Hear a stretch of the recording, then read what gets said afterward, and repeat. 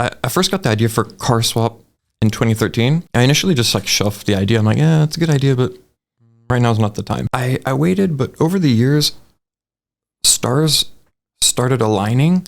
And eventually when the last piece went into place, I was like, I know what to do. Done, A to Z. How to make it, how to develop it, how to market it, I found something that in both functions, it didn't exist in the market, car trading. The automotive classifieds that did exist, we made it faster, cheaper, easier, and more fun. I feel nauseous, believe me. Never had a lot of shit come easy. Had to work hard, struggle just to be me. Had to rise up just so they could see me.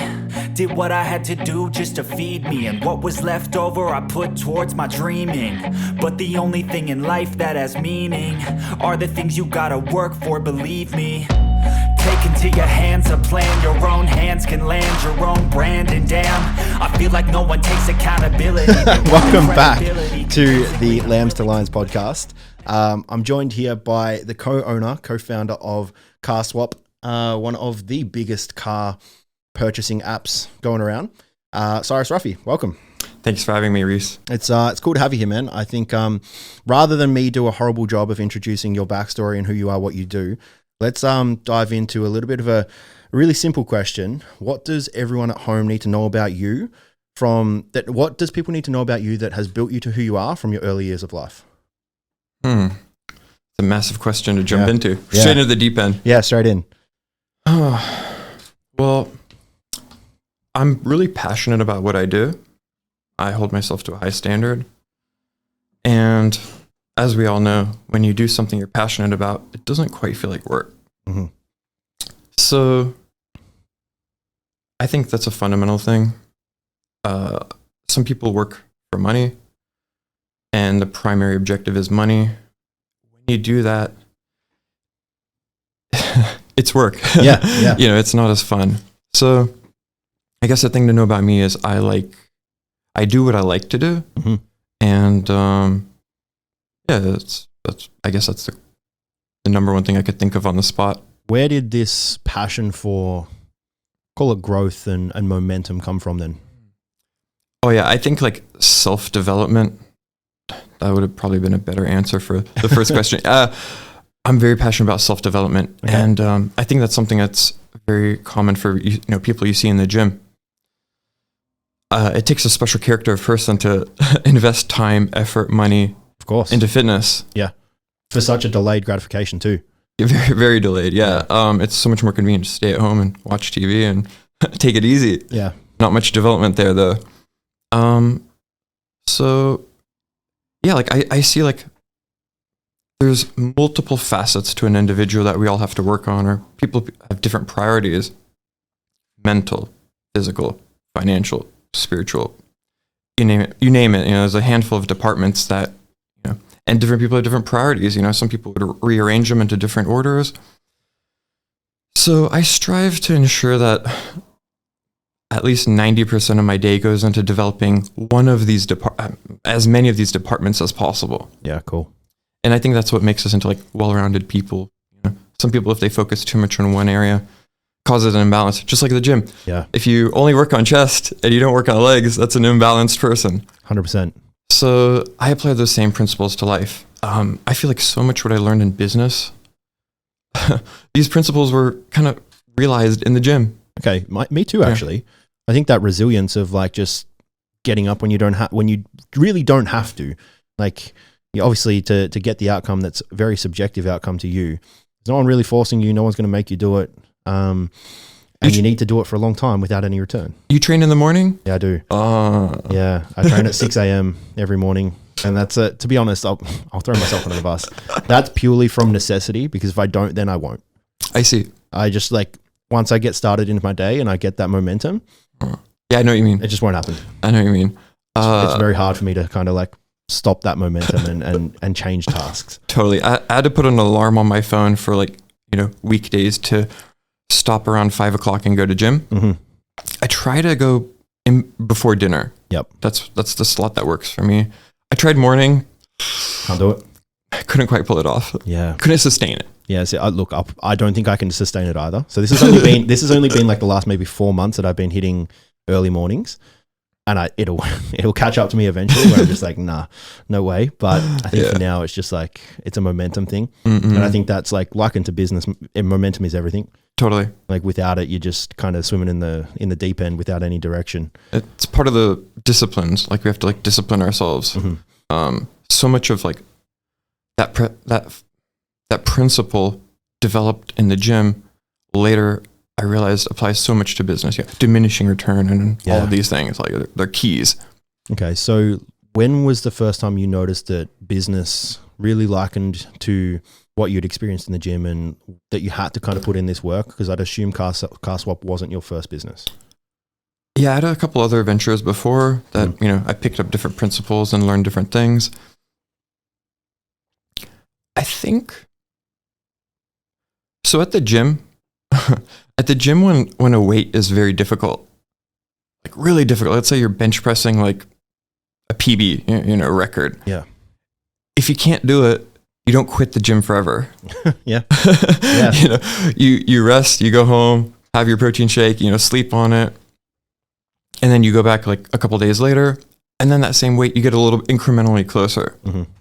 Some people, when business reaches that point where it's like your limit, just a little above your limit, they'll give up. Yep. And that's not, I feel like that's not the right thing. As you've experienced, business reaches that point. You hit your ceiling sometimes, rest, refresh, recover, and then you go back the next day, you do it again. Yeah. And you do better. I think it's a seasonal thing. Like I think there's times to push. Yeah. And there's times to accept that maybe you have hit that point of burnout and maybe it's time to maybe outsource or employ or etc. so that you can rest, recuperate, and then push for that next season. It's I think a lot of entrepreneurs will go into that toxic hustle culture where they always have to be on, which is great because you need to do it to build. I'm not saying don't do that, but it's definitely not sustainable forever. Yeah, exactly. I think this kind of dives into a little bit of a topic that you wrote about a couple years ago now, so your thoughts may have changed, but roughly 200 trillion hours left of man hours before. I guess we get 99% takeover of jobs in AI. So that's like an 80-hour work week, and your I guess synopsis of that article was work more because there will be a time that you can't. Exactly. Do you still feel like that's... Yeah, I can't remember what year I wrote that. It was definitely 2019, right before COVID. Yeah. 1 year later, half of civilization, or maybe not half, but like half of like lots were not allowed to work. Yeah. So anyone who like took that advice, worked a little extra in 2019, saved up a little bit, when the lockdown struck, they'd be slightly better positioned. Yeah. And that's a preview of what the future is like. I don't know what year it'll be, but I notice, and my friends send me this because they know I'm like passionate about this topic. Every week or every month, there'll be like a new function or profession that's like replaced by automation or technology or robots. Like I saw this thing, like it's like a box, women just put their like nail in it and it like paints their nail. And I was like, oh my God, that's like a whole vertical with like millions of jobs that are just like gone. Yeah. Overnight. Yeah. And so if I was in that industry, I would work as much as I could, save up as much as I could, and then like reposition myself. I think this is like, to bring this back to the industry where I've got most of my experience in business, is like 10 years ago, when I first started in the industry, online coaching wasn't a thing, wasn't a thing at all. Now it's the predominant portion of the industry. Where that goes next is automated versions of that. And people would be silly not to assume so. There are already things that exist now that can create full automation based on years and years and years, hundreds of million data points to suggest exactly how much you should eat, when you should eat it, and so on. Like, so at some point, the only thing that someone in my industry can leverage is that personal connection. But as time goes on, people are going to adapt and accept less connection. We saw it happen in like grocery shopping. I guarantee you would have thought the same thing, because I did when self-serve first came in. Like, no, fuck that, I'm going to go talk to a real person. Now I avoid it like the plague and I go self-serve. Exactly. There's always resistance to early change, but eventually it wins the change. If the change is for the better. Like my dad taught me, like the fundamentals of technology is faster, cheaper, easier. If things can be a combination of those, it'll generally succeed. And that same goes with business. Yeah, totally. If you can do it faster, cheaper, and easier, You annihilate all competition. Exactly. Is that okay? So let's talk about like your experience in your early years as far as life lessons that you've now taken into business. Obviously, you just said that you took that from your dad, faster, easier, and cheaper. Is there any other points in your life that you felt like you've got some great advice that has stuck and hold true? Yeah, like I definitely have to credit portions of my success to listening to others who have been steps ahead, as you mentioned and advise. I started absorbing very early.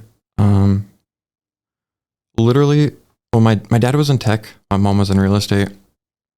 They usually worked in the same building. So literally ever since I was a baby, like my mom had a crib in her office and I was just like born and raised in that environment. Yeah. So I don't know like how much subconsciously I absorbed as a baby. I don't know about that. But ever since I was like, my earliest memories was like age 5, I started learning branding. My dad's company like manufactured computer keyboards. Like that was like one of their products.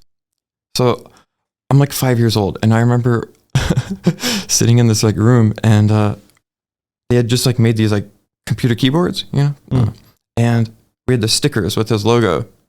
And I was just taking a sticker off the reel and putting it on the keyboard. And taking a sticker off the reel. Yeah, and that's branding. Now at that age, I barely knew what I was doing. But when I got older, I realized like I put my branding on everything, my keychain, my shirts, my jumpers, and pretty much on everything I have. So I think everything from day to day can be turned into a lesson or a principle if you pay attention to it. Like at the time, you may not think of it. Like I was like, I'm putting stickers on a thing. I'm just putting stickers on these things. Yeah.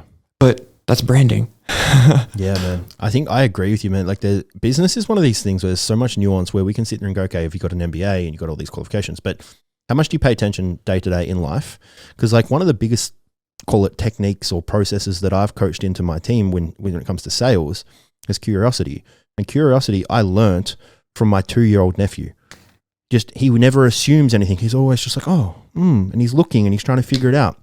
In a sales call, if we have that exact same conversation of not judging anyone, not going like it has to be this way, but just seeing like, well, why is it that way? Why do you feel that way?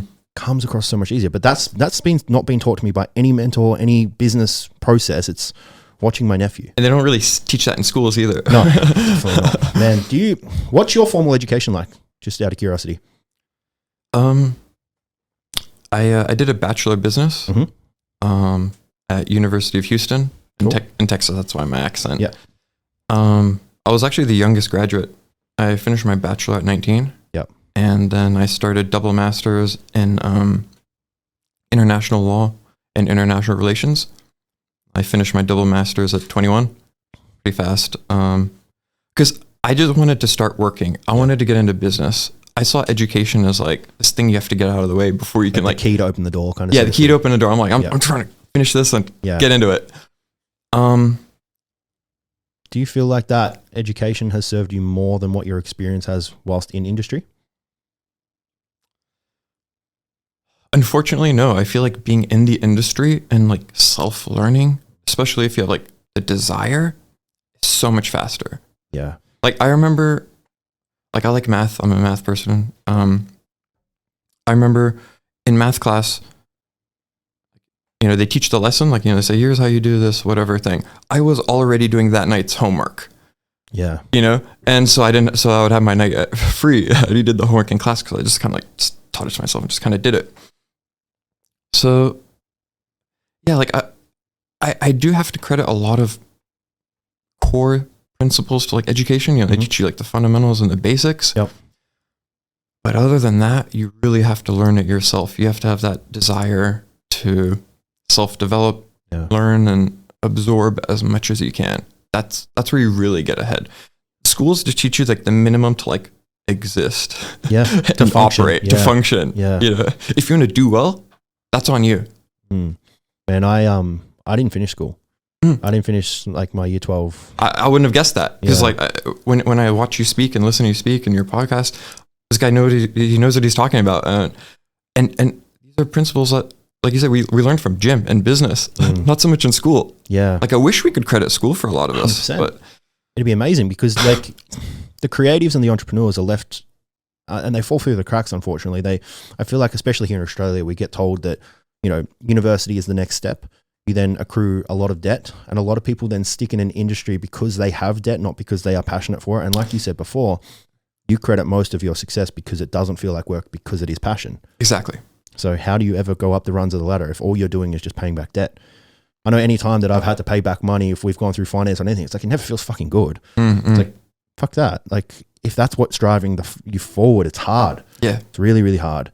So how did you take that fuel that you've got, core processes and I guess fundamentals from school, and how did you go, okay, I want to enter industry and I want to start business? Where, like, what was that fire? Well, I think one of the ways to become successful is to identify a problem and fix it. Yeah. Or find something that's being done inefficiently and do it better. Or as you said before, do it cheaper. Or cheaper, or easier, or make it more fun. So naturally, I would just get ideas when I saw problems, you know? And, you know, with my passions, I like business, finance, cars, marketing, stuff like that. These are my passions. And so a few years ago, cars being one of my main passions, a few years ago, well, actually, when I moved to Australia, when I went to sell my first car, I noticed I had to pay a listing fee to list it. And to me, that was very strange. I was like, because that's not a thing back. No, back it's like free to list pretty much everywhere. Yeah. So that was like an initial stamp in my memory. I'm like, kind of an irregularity, but I didn't think. I didn't think much of it. That was like 2009 or 2010 when I needed to sell my first car in Australia. I was like, okay, you know, whatever. And then, you know, I went through a few cars. I have like this like mental list of cars I want to experience. So I would buy a car, enjoy it, sell it, you know, and repeat. And at one point, you know, cars aren't fun to sell. You guys have probably experienced it. You know, it's not fun. And I just wish there was an easy way of trading cars. You know, like I have this car, let's say this car is worth 20K. This other car I want is worth 20K. I just want to find someone and just trade with them. Mm-hmm. There wasn't a solution for that. And I didn't want to like spam dozens of people. Hey, do you want to trade? Hey, do you want to trade? Hey, do you want to trade? Yeah, going through like a equivalent of like Craigslist kind of thing. Yeah. So that became like the next stamp in my memory. And I was like, like some sort of platform for like trading cars, you know, why doesn't this exist? Because like you said, there'd be, I'd assume there'd be, if you feel it, like you have like a list of like experiential cars that you want to just like tick off. Yeah. If you're one, there'd be thousands. Oh yeah. Hundreds of thousands. Yeah. Lots of people know car guys, you know, everyone car guy has a list of cars that they want. So I saw this like missing, this gap in the market. Yeah. And thinking about it, and it was the cross section of what I like: cars, business, marketing, tech. Initially, I first got the idea for Carswap in 2013. I initially just like shelved the idea. I'm like, yeah, it's a good idea, but right now is not the time. I was kind of busy with the previous venture, growing that, and I waited. But over the years, stars started aligning, and a series of events occurred and taught me things that I needed to know. And eventually, when the last piece went into place, I was like, I know what to do. It just made sense. Yeah. In my head, it was like done, A to Z. Yep. How to make it, how to develop it, how to market it, how to. And so, yeah, basically that's what I did. Like, you know, I found something that in both functions, it didn't exist in the market, car trading. Yep. And the automotive classifieds that did exist, we made it faster, cheaper, easier, and more fun. Yeah. That's a bonus. Because it's realistically like I don't know if I've read this in one of your pieces of marketing or it was just like an online review or something, but it's like Tinder for cars. Yeah. Channel 7 News said that, and we're like, yeah, it works. We'll take it. Yeah, because like realistically, like I had a bit of a play around with the app before, and it's like as a user experience, it's very easy. Thank you. Yeah, it's very easy, and that's like, and I mean that in the best way possible. Yeah, thank you. Because I feel like a lot of times, not even just like if we look at potential competition that you guys would be working with in the market, the user experience isn't easy. it's not as easy. No, and part of what we had to credit that to is listening to the users. Mhm. That's when any business owner wants to like start something, this is their idea. Yeah. The circle, let's say. When they launch it and put it into the market all receives it differently. So, user number 50 might download the app and think, oh, it needs this. Mm-hmm. User number 307 would download and be like, oh, this is a bug, And so we had to get good at listening to what the users say and deciding, like, are they right? Is it important? Can we do it? All that sort of stuff. Yeah. And just responding and being agile and just getting it done. So like fast beats free. Yeah. Like if you can do it quickly. Yeah. Like, and we do both. Our app is free, by the way. So well, it's fast and free. You're monopolizing the market then. Exactly. It's like, it's an end to end. Exactly. Okay. So if we can go through a couple stats, it's like, do you know how many the active users are in Carswap? So we've got over 100,000 registered users, Wow. and we've got thousands of active car listings. Different platforms use different measuring sticks, like some call a 30-day active, 60-day active, 90-day active. Yes. So it kind of varies by platform. Yep. But thousands, and that's pretty been exciting. What's been the biggest lesson so far from user 1 through to user 100,000?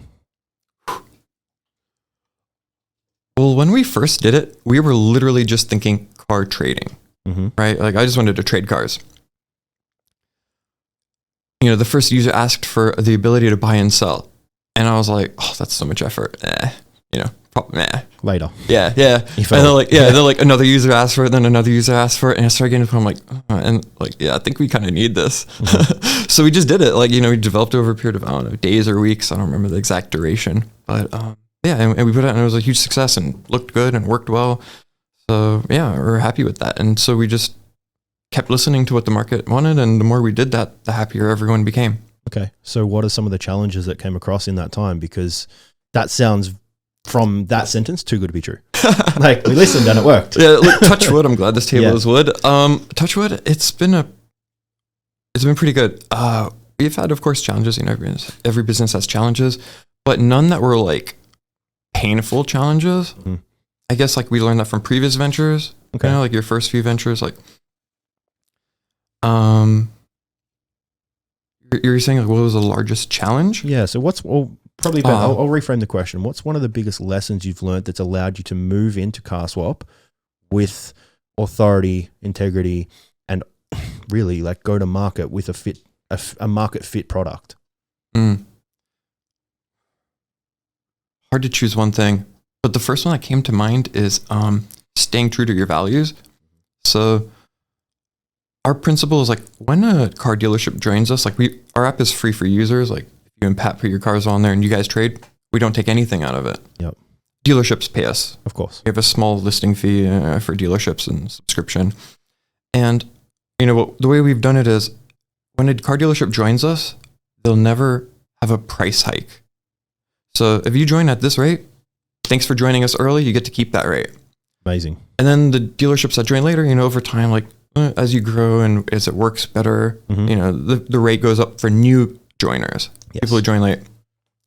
And that also incentivizes people to join earlier, We do something similar. Yeah.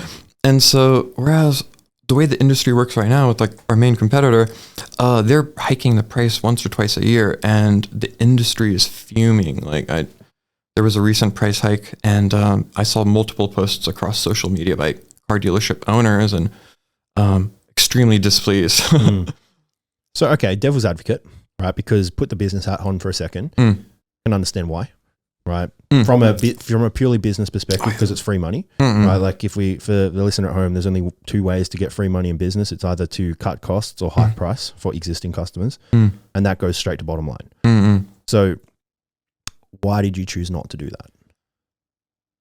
So I like studying business, I can completely understand why they do the price hikes. Like face value can understand, but whether it's a good user experience is a different story. Yeah, and the problem with that is it's not a sustainable model. Like you can only price hike to a certain point, and so like what I've Why do you think that is? So public companies, the way their executives are rewarded is meeting the targets for that, the KPIs for that quarter, for that year, for that AGM, the shareholder meeting every year. Revenue is up. Yes. This is up, right? Those metrics. And the stock goes up and people are happy. Okay, cool. Like, that's cool.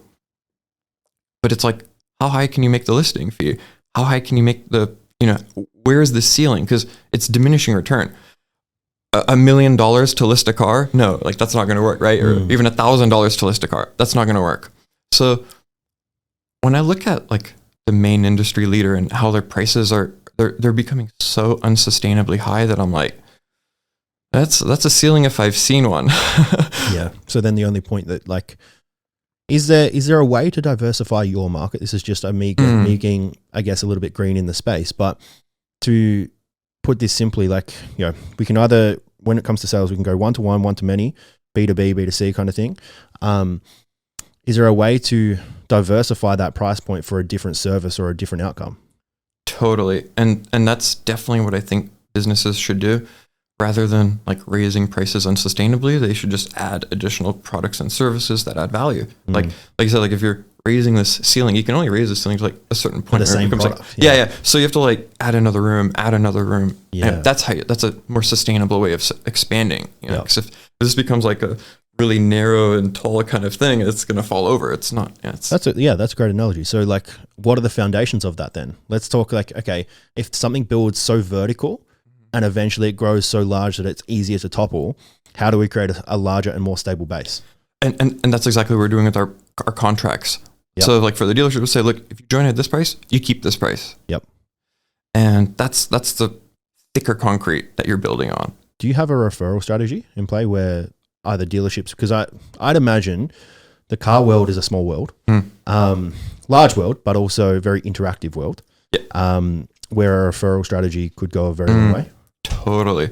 So we offer our clients, any client that like refers another one, depending on what product or service they're using, we give them something like a free month or some sort of free bonus. So totally, like that works. And everyone's happy from that. Yeah, cool. How do you have that? How do you navigate that conversation? Because I feel like a lot of people in a B2C situation struggle with like systemizing referrals because they feel like they're asking and nagging.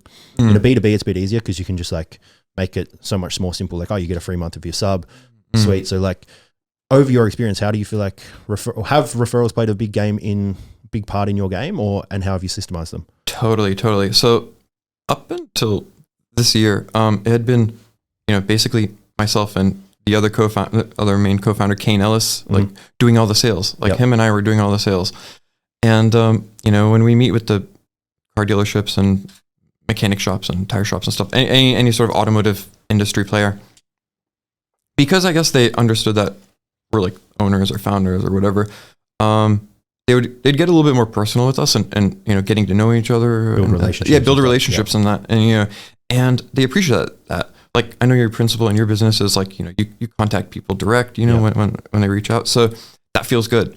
And we do the same thing with our clients. So when the dealership realizes like how personally invested we are in looking after them, they appreciate that. And we also say, like, in the relationship, oh, by the way, like, if you can refer us to any other, or if you know any other business that would like to benefit from this, let us know and we'll give you a free month or whatever. So it goes very smoothly because like you're already at that point friends. So you build the relationship first and then ask. Show the value, then ask. Exactly. I think so many people kind of rush that process. Like they're like, okay, new sign up, you paid. Let's spread the word, but they haven't got any value yet. So unless there's no relationship to create that foundation, it's very, very hard to do. Coming back into some stats with Carswap there, like, did you think when you first started that it had the legs that it does now and like to grow to the point that it is? Because like I'll give you a bit of frame to that question, because I feel like when I started my company, I was like, oh, cool, like I just want to work. And like I had passion for it. So I'm just going to keep doing things. And there wasn't ever a plan that it would grow to what it is. And it was only when we got to pretty much where we are that I was like, there's something here. And it's larger than what I thought it ever could be. It's funny. The way I describe this to people is when we first launched, or when we first made the app, it was like my car, my brother's car, my friend's car, my mom's car, right? So was your first car the first car that got listed? Probably, yeah. I think so. Wow. I think so. That's a good question. It's like now it feels like so long. Hard to remember. Yeah, probably. Yeah, it was That's probably. that's a pretty cool user, I guess, story as part of the journey. Yeah. And then so it started reaching to the point where, like initially I recognized every car on there because it was like a family or friend. Yeah. And then with like over the first few weeks, I'm like, oh, I don't know whose car that is. I don't know whose car that is. Like, right. And the ratio would flip from like 100% of the cars I recognized to like, I barely recognize 1% of our listings. You know what I mean? So like, and then it got to the point where I'm like, I could swipe, and it's like, I have no idea whose car this is. It's not family and friends anymore. It's like, what's going on, everyone? Hope you're well. I won't keep you too long. I know you're hopefully enjoying the podcast. And if you are, let us know. It would be really greatly appreciated if you can jump on, give us a quick 5-star review. You don't even need to stop listening to the show. If you're on Spotify, you can do it in less than 10 seconds. And it does help the show grow a lot. It helps us, get a bit of confirmation bias that we're doing the right thing. And just to say thank you, if you guys do that, we're going to be picking one person every month to guest spot on the podcast that has shared, liked, comment, subscribed, and interacted with what we do. Big thank you. Let's get back to it. Dude, I'm just like thinking off the cuff here. And like, I don't know if this is like a cool idea. I don't know your industry. So let's go. We'll see. You could have a whole nother platform of like Carswap Plus where it's like high-end cars only and use it as a networking experience too. That's a good idea. We got to cut you into the business. Deal. Because like community, man, the way I look at business, bro, is like we've got like brain, heart, gut, or genitals. We've got 4 points of value, right? So we can either educate, we can create community, or we can give them so much stuff that they'll never get through it, or then we use status, right? If you go that top one, like educate, right? It's very hard because all of your, I guess, clientele would already be educated on cars, a large portion. Yeah. Right? Yeah. Community, you've got the community because it's there, like accessible, they can swipe and so on. But if there was a higher subscription where it's like high-end cars only, where they can talk and meet the other people that are in their bracket of earnings. Totally. Like, I love the automotive industry because like there's so many interesting people in it. Yeah. This isn't a standard, some people criticize if you like say a generalization, but I would generally say like people that are into like exotic cars are generally pretty interesting people. Know what I mean? Like to buy a car, it's like 100K plus, 500K plus. You had to do something interesting to get there. Yeah. Look, let's go into the stereotype here because I think this is actually a good conversation. I'd assume in your world of like in the automotive world, people make assumptions about how that car was acquired, right? Because like people have this really weird relationship with money and that people actually earn money. Like people work hard, right? Yeah. But go down the road of stereotype of like some people acquire cars in certain ways. They're still pretty interesting people. If you sat down and spoke to those kind of people, they'd have some stories. Serious stories. Yeah, totally. But let's flip this on the other side of the coin. Like people that get those kind of cars and work and coming back to what you said before, 80-hour work weeks and putting in the work. And you wrote another article about, creating the flashy lifestyle, going for things you want or going for comfort. And it's just where you invest time. Totally. You can't be jealous about either way. Totally. Right.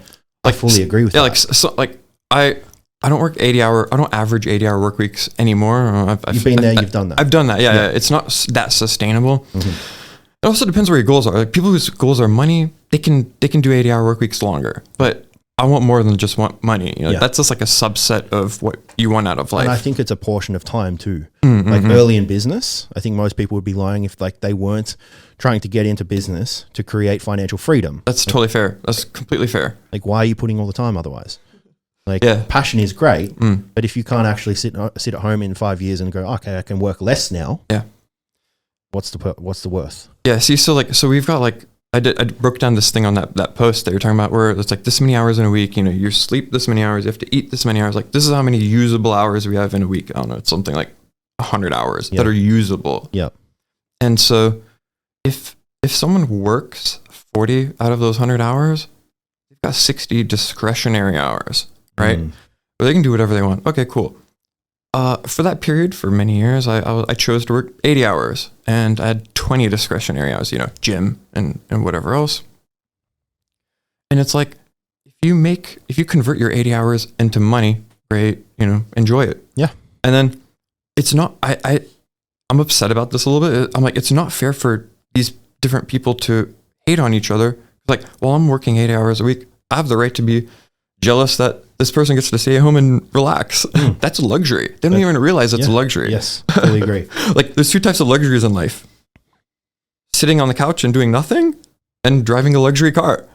And usually the people that drive the luxury car aren't really jealous of the other type because they understand. Like, I've made this conscious decision to sacrifice comfort, time, energy, and all that sort of stuff to make money.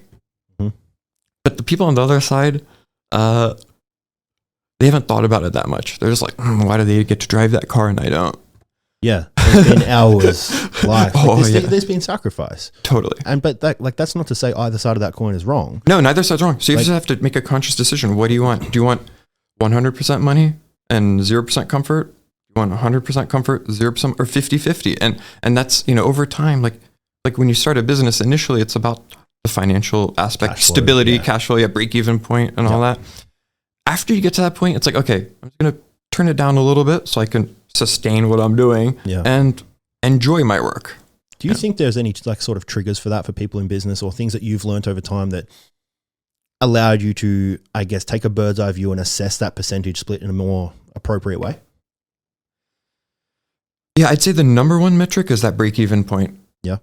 Before break-even point, you got to keep going. Don't take a break. You don't celebrate. Even if you make like a $10,000 deal or whatever, something like that. If you're not at a break-even point, I wouldn't celebrate. Yeah. Maybe a minor celebration, but like until you reach that break-even point, you got to just go hard. Have you learned that the hard way at all? Well, with my previous ventures, I was fortunate enough to sell it successfully and all that, but I was younger, and when you'd make those smaller deals, I would celebrate them a little bit too much, and I didn't reinvest as much as I should have. Yeah, I did that a lot. Yeah, I did that it's so completely natural. Yeah. So if, and different people have different preferences and flexibilities. Like my brother, he's very modest. He's very humble. He's not he doesn't need to spend money to make himself happy. Yeah. I respect that about him. I love that about him. So it also depends like what your objective is. That's the bottom line. If it's comfort, you don't have to work as hard. And you're gonna be equally happy. You can be equally happy. So what are some of the principles that you live by now with your work week as it stands, and the growth that you guys are trying to push for? Because you're not done. You're still trying to grow. You're still pushing forward. And you're branding a lot, and you're doing a lot of expansion. What are some of the principles that you live by within your work life now that allow you to keep pushing, but also still have the luxury of life as well? I would just say that the set of values that I've lived by just gets complemented by additional values. Like, I wouldn't say anything's changed. I've just learned more. I feel like, I don't know the number, but let's say there's like 100 principles to learn in business. Yep. From zero, like nothing, to let's say everything about business, right? Let's say it's like 100 things. School teaches you 10, maybe 20. Yep. The rest you have to learn on your own. So from previous ventures, I'd say like I picked up another 20 of these principles, like, treat others the way you wish to be treated, and, listen to customers. Each of these is like, it's a key. It's like a gem. Mm-hmm. It's hard to pick one, it's just like a collection of them. Yep. That we just keep learning. And like, you may have heard that phrase, it's like perfection isn't an act, it's a habit. Yes. Right? Yes. And that applies to a lot of things like branding. Like, if you wear your logo once a year, you may not wear it on the right day. But if you wear it every day, all the time, like, you might find yourself in like a stadium and like the camera's on you and everyone's like, oh, that logo, I've seen that logo somewhere. Yeah. Something Even like that. Simple thing someone asks, what's that? Exactly. Yeah. You might be in the background of like, I don't know, some car crash or some event, right? And then like they'll recognize the logo in the background, So that's why it's like, yeah, it's just a collection of these principles that, Okay. Do you think there's any that come to mind over the time? If we can kind of go into a little bit of tactics as to what helped you grow the brand and what you have now. Are there any tactics along the way that have really stood out that you've gone, okay, had we implemented this earlier, we could have had exponential growth far quicker? Definitely with the reinvesting of revenue.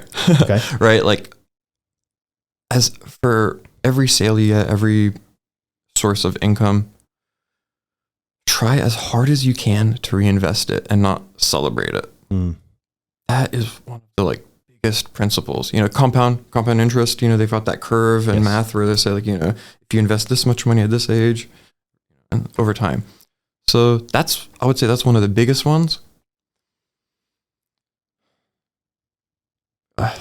There's so many like the same ones are on my mind right now. Like listening to the customers, like the customer feedback when they ask for something or make a recommendation. Oh, you have to put away ego. That's another one. Have to put away ego. I've told my business partners and friends and everyone, if I'm ever making a mistake, tell me. Yeah. I'm not gonna feel bad. Yeah. I'll be upset if you didn't tell me. Yeah.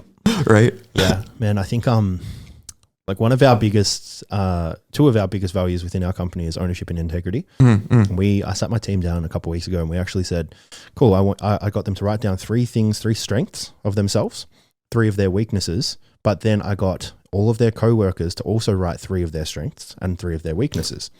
So then we sat around in a room and I said, cool, this is going to be uncomfortable. It's not going to be easy to hear, which means it's not easy to say. But our brand and what we do is ownership, integrity, and innovation. For us to do that last one and innovate, we need to know where we can improve. And at the end of the day, all you can say when you've been given your negative feedback in this room is thank you, and know that if it triggers you, it's probably fucking right. Yeah. Oh, like I respect that so much. And the only thing is like different people have different reactions to advice. We all see the world through our own filters. Yeah. And so I guess one of those other lessons that I learned early on, like from a younger age, is anytime I had a mistake, I was generally pretty cool with receiving that feedback. And I think that's so important, because if you're wrong about something and either A, people don't tell you and you're unaware, or B, even worse, people tell you and you ignore it, you're just going to keep going in the wrong direction, and it's going to cost revenue, time, stress, sleep, everything. Yeah. Okay. So where do you attest your success in, we'll call it quote unquote success, because I know we're never at that point, being entrepreneurs, we're never at that point where we feel that we're at success. Yeah. What do you attest your success within the current venture and the current company? Maybe not your personal success, the company's success. The team, having a great team. So when we started Carswap, it was, most of the team was from previous ventures, previous dealings. So you already knew them. Knew their strengths. Yeah. And to me, that's really important. And that's another lesson that I absorbed watching my dad from when I was like 6 years old, 7 years old. I remember my dad had these friends that he worked with. And as I got older, I realized, these are people that he worked with in previous ventures, trusted them, and brought them into his next thing. And so, see, like a really good friend, you can't put a value on it, right? It's like priceless. Yeah. If you had to put a dollar amount, let's say $100 million, right? Yeah. Like every good friend that you trust and is worth $100 million.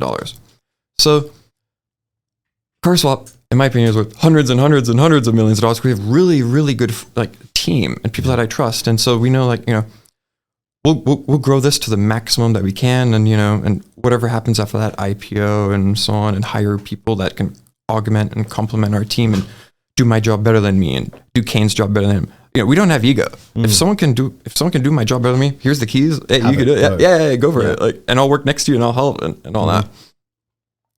So I look forward to continuing ventures with these friends for like decades to come. Yeah. When I'm like 50, I want to be working with the same people. Yeah.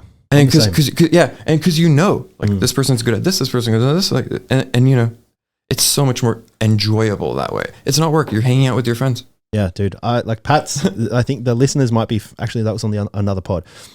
Pat's entry into this business was purely because he'd been a mate for a couple of years. Yep. His business hit like a bit of a hard point through COVID. And I was like, I need the help. Your business like is kind of on the way out, but you have a fucking skill set. Yeah. Like, come work. And now I spend every day with him, like 9 till 9 p.m. most days. Yeah. And like, I see him more than I see my partner, but it's like, having friends in the business helps a lot. What would you say though? Because a lot of people don't have that luxury. What would you say when it comes to an expanding process or a hiring process? Because there's a word there that you use that I want to highlight is augment. How would you hire let's say best practice for hiring to then help further augment your product and service? So it depends how much capital you have. Yes. Right. And, if you have a lot of capital, well, then you can reward it financially. But most startups, we don't have abundance of capital, right? Mhm. So you need to be creative and come up with solutions. And this kind of synergized with my philosophy of doing business with people for decades, right? So I had zero problem cutting them in, like giving equity. Same. I want my friends to have ownership because, like, let's say if all of a sudden, like, let's say someone starts a business and sells it in 10 years for $1 billion. Okay, cool. But if none of his friends have millions, he's gonna feel like not that great. Alone. Yeah, you literally feel like I don't want to be like the only one to have a Bugatti. I want all my friends to have Bugattis. 100%. Right? That's so much more satisfying when 10 Bugattis pull up somewhere. Like, whoa. Right? Yeah. So that's the goal. Yeah. And so I have no problem giving equity to people that are contributing to the vision, trusted people that you can see yourself working with for decades. Hey, let's do it. I agree, because it's like I've had this conversation before with a lot of my like my mentoring clients and stuff, and it's very, very clear. It's like it doesn't matter about the slice of the pie. How big's the pie, right? Because if you can get people in on equity, they're now involved with the process and push forward. Yep. They understand the brand mission, vision, and values, and they're going to help grow it tenfold. So the percentage. That's a very common what's going on in the industry is like, or people that are new to business, it's a fallacy to them. They get too caught up on the percentage, like, I own this percent. Yes. Right? And this is my title. Like my own business card says like Chief Innovation Officer. I don't want to be CEO. Yeah. Right? And no ego. I don't care about that. Yep. And going back to like the pie, because I'm like a math person, and you understand this too, it's simple.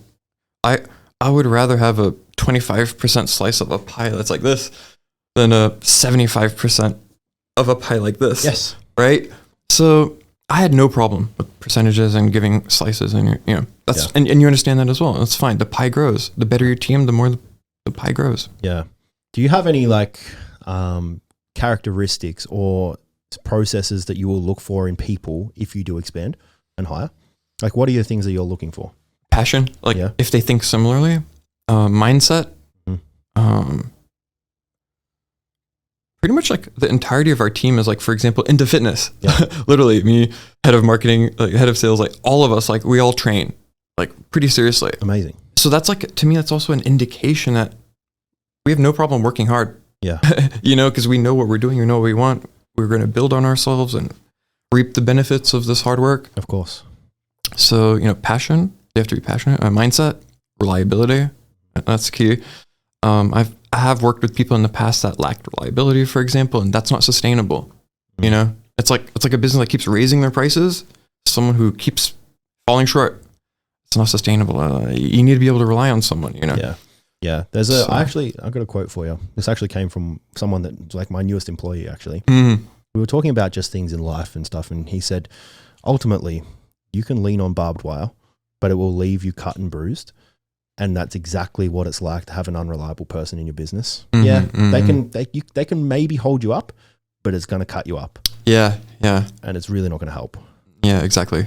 Like you walk away from that situation where even if like they're able to do stuff, but not able to execute, and the time cost there. And it's one thing if you're thinking in like a 5-year scale, just this business, okay, like maybe I can deal with that. But if my mind says like, I want to work with someone for like the next 40 years, like let's say I want to work with someone for 40 years. So that barbed wire over a period of 40 years, can't do it. Yeah, no way. Can't do it. I can do barbed wire for like a year.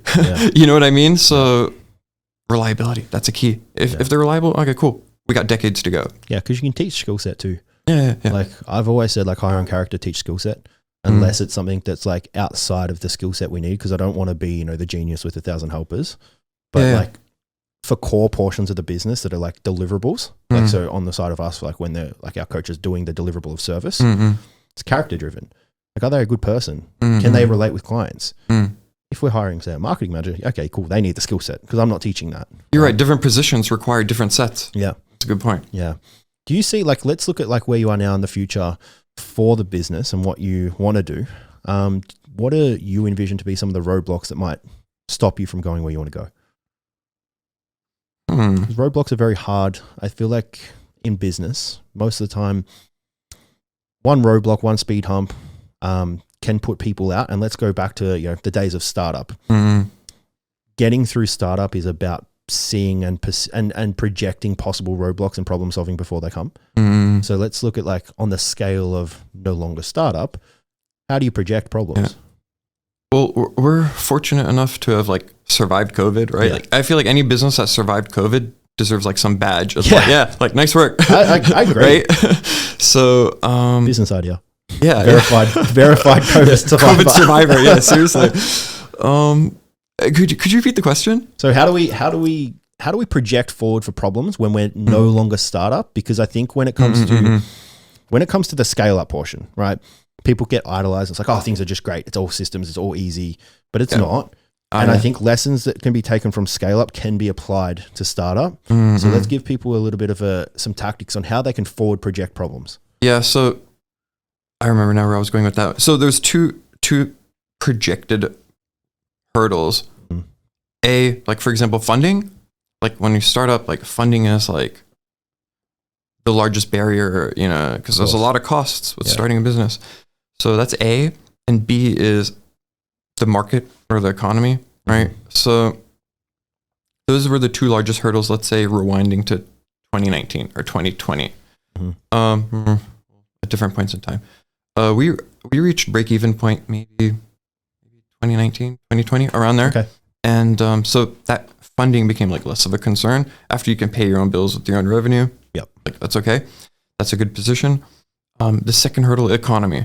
So I feel like having come out of COVID, and actually like we grew very rapidly during COVID. We had like year over year, like double-digit growth, even during COVID. Yeah, very lucky. Yeah. And that came out of hard work, right? Hard work, sacrifice. Like, hard work, sacrifice. But I'll also say, sign of the times. Like a sign of a times. Oh, yeah. Like we were early adopters into an online space. Yes. Yeah. So if you innovate and like think ahead and position yourself, you actually, I think that's what we did. We positioned ourselves to benefit even more so in that like frozen economy. Like with those turbulences, we flew better. Yes. Right. So with like for us, it's a little different. Like your industry is a little bit different. Ours is like digital this and digital that. So when COVID struck with the lockdowns, our products and services, that's where they shined. Yes. I imagine with yours, through your own sets of principles and experiences, that's how you shined. Yeah, we were very much like, had we not been digital, had we not had the, I guess, digitified products and that revenue stream ready, it wouldn't have done what it did. There you go. So I guess, so A, the predicted hurdle is funding, and B was economy. And both of them can be resolved with strategy. Like if you plan ahead, funding won't be a problem. And if you plan ahead, market and economy won't be a problem, because any shifts and shakes or whatever happened in the economy and another lockdown, okay, well, we adapt. We already know what to do in that situation. If there's another like 6-month lockdown, we'll know what to do. Yeah. I always say that like to anyone that I work with is like plan for the worst, plan that like your competition is trying to put you out of business. So like get around the table with your team and put yourself in your competition's shoes and say, what would they do to put us out of business? Yeah. And then put up a wall for every one of them. That is brilliant thinking. Yep, totally. Because if all you're thinking about is how can I grow, you're not looking behind you. Exactly. Your perception is tunnel vision, right? And if the predators are here, and you're like, ugh. And if you don't understand how to put yourself out of business, you're not you're all offense. There's no defense. Gotta have both. Yeah, both. I think that's for me that's been a big lesson. It's just like, because like when we get momentum, you've probably heard the saying of like the faster you move, the less you see peripherally. Yes. Right. You probably do that in cars. Right? Totally. The faster you move, the less you're worried about what's over there. And it happens in business. The more momentum, momentum builds and builds and builds. You forget about everything that could be coming for you. That's true. That's true. Yeah. Like if you're going like 300 kilometers an hour, you're not going to really be worried about what's behind you. No. Generally nothing. Yeah. It's okay. Here's a thought. This is something that I've thought about a lot when it comes to business. The faster you go, the harder you go, the more distance you create from the people that say might be trying to chase you. Do you feel like that there is a level that you get to a point of quote unquote success where you slow down and you leave yourself open for everyone else that has the time availability? Because you and I, we don't have as much time as say what a startup does. A startup can come in with more tech, more knowledge because they've been taught more things online, right? And go, cool, I can try and catch that distance faster than you built it. very hard. It'd be very hard. We've with the team that we've built and the people that we have and our strategies and all that. Like, good luck is what So wouldn't be too concerned about that. Nah, I don't think that's a problem. Nah. Cool. So so some of the strategies in our industry, it may be slightly different. No, like I think it's a good place to be. People always say in business, like, remove ego, which I think in 90% of the time it's true. But I think sometimes ego is the answer to be like, it's like we're good. But it's like if you've done something, you know exactly what it takes to do it. It's like, let's say like the first person that, I don't know, not the best analogy, but let's say the first person that climbed Mount Everest, he knows how hard it is for the next person to do it. And so when the next like random guy is like, oh yeah, I'm going to climb Mount Everest. Go. Yeah. Like, good luck. Yeah. I've had that conversation with people that I work with, and they go like, oh, because I'm pretty much a tell-all. Like in my mentoring process, I'll tell every step. I will not hold back because and these are people in the same industry, quote unquote, technically competition. But I don't see it that way because like either one, they might, the likelihood of them executing on everything that I say is low. And two, I know there's enough market share to go around. Even if they did execute on everything, totally. We're sweet. Totally. Yeah. And a lot of industries are like that, like automotive classifieds, like, man, this industry is massive, especially at a global scale. Yeah. So yeah, like, I mean, we partner with a lot of companies or collaborate with a lot of companies, to different lengths and have different arrangements. So yeah, it's good to also like know who you're in the industry with, who you're against, who you can work with, who you can trust, who, Partnerships can go a long way. Totally. That's one of the, I'd say that's another one of those, like on the list of 100 principles, like good partnerships. That's number 35, Okay. So if you could give anyone an advice from your experience of all the ventures you've had going into a startup, what would you suggest they do? Well, I would say one of them, and you said the same thing in your first episode, you have to have this is my interpretation of how you said it. You have to have a certain degree of perseverance or stubbornness to get past, like what at the start when it's like the gym, like the fitness, like if you're pushing that weight, that's like your limit, don't give up, just rest, recover, go back the next day, take a day off if you really have to, and just go harder the next day and you'll be able to do better. Like now, like the things that were hard for me 1 year ago, or 5 years ago, let's say like the first year of Carswap or second year of Carswap, things that were like a challenge back then, I can like now do with my eyes closed. And it's the same thing as the gym. Like, when you first start, let's say you're curling, I don't know, to someone curling, 5 kilos might be heavy for a new person at the gym. 5 kilos, like right, they're like, ugh. Yeah. But after going at it for months, 5 kilos, like that's your warm up. Like, you wouldn't curl less than that at that point, at a certain point. Yeah. How did you get through that thought process of hard? Because like hard is hard. The want that I want is larger than the hard. This is what I want. This is how hard it was. I'll take it. You know what I mean? So just having massive goals and aspirations and stuff like that, you overcome the hard. Okay. And if there was anything over your journey that you could have done differently, looking back, would you change anything? Reinvesting earlier and celebrating less earlier. Okay. When you're young, it's a natural thing to want to celebrate and enjoy, especially in this era of like social media. People like I stopped posting like on my Instagram like 3-4 years ago. Like I reached a point where like I don't care what people think. Yeah. I'm just working and enjoying life for me. What a freeing experience. It is like like it's also like a philosophy of like the less you see, the more I'm doing kind of thing. Do you think that's like a status projection? A little bit, which is totally natural, totally understandable, human nature. I have no problem with my friends who do it. Oh, yeah, like I totally get it. Yeah. But when you get to the point where you're not like, there are benefits in that too. In social media marketing and building your personal brand and there's a lot of benefits in that too. But I guess when I stopped around 2018 posting on like Instagram, for example, I reached a point where I put Carswap ahead of me. Yeah. I'm posting for Carswap, not for Cyrus. Yep. So once you can put your goals ahead of your person, like yourself, that'll accelerate your rate of movement towards your goals. That's one of the like shortcuts. I fully agree with that. I fully agree. I'm not even going to go. It's hard. Look, it's hard. Like we all want to like ego me, like celebrate Cyrus, but it's like Carswap. Yeah. Like one of the points in time was like before Carswap, I think my license plate said Cyrus. right? Like before Carswap, I had like Cyrus on my car. And then when I started Carswap, I put Carswap instead of Cyrus. Yeah. I replaced Cyrus with Carswap. Yeah. And it wasn't until recently I have like Cyrus back to Cyrus, because the brand doesn't need me to put Carswap on my car anymore. Because it's reached a certain scale where it's like, that doesn't make a difference what my license plate says. But at the start, that's a big deal, you know? Of course. And I think that takes a lot of pressure. Coming back to like, I know you understand the whole like thought process of wearing all the hats, but I think it takes the pressure off, because it's like, well, if I'm no longer the business, if I'm no longer a separate entity and I make myself business and push it, that becomes, you know, priority number one. Yeah. Yeah. It allows the business to take that pressure rather than you personally.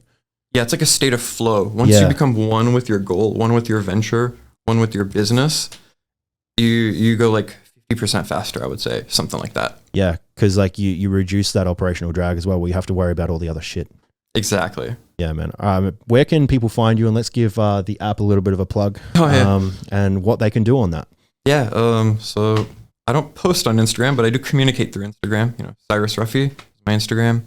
I've got my website, cyrusruffy.com.au, I think. Cyrusruffy.com. Yep. That's what it is. I redirect them anyways. And yeah, Carswap's the app. Search it on the App Store. It's free. Download it. Check your car on there. It takes about a minute. We timed it. It takes about a minute. It's very fast. It's faster than any other platform as well. I'm just about to sell my car, so I'll let everyone know. Hey, there you go. There you go. Yeah, man. Thank you for coming on. I very much appreciate it. It's been a wonderful chat. I think we're going to be able to have very, very many more chats about business in the future, which is going to be cool. Thank you for having me, and thanks for inviting me, and thanks Pat for helping organize. And no stress, man. Thank you, and thanks for everyone listening. Make sure you leave it a 5-star review if you can. It goes a long way. Interact with it and do all the stuff. See ya. It's only worth it if you work for it. It's only worth it if you work for it. I won't stop till they hear me now. I won't stop till I wear the crown.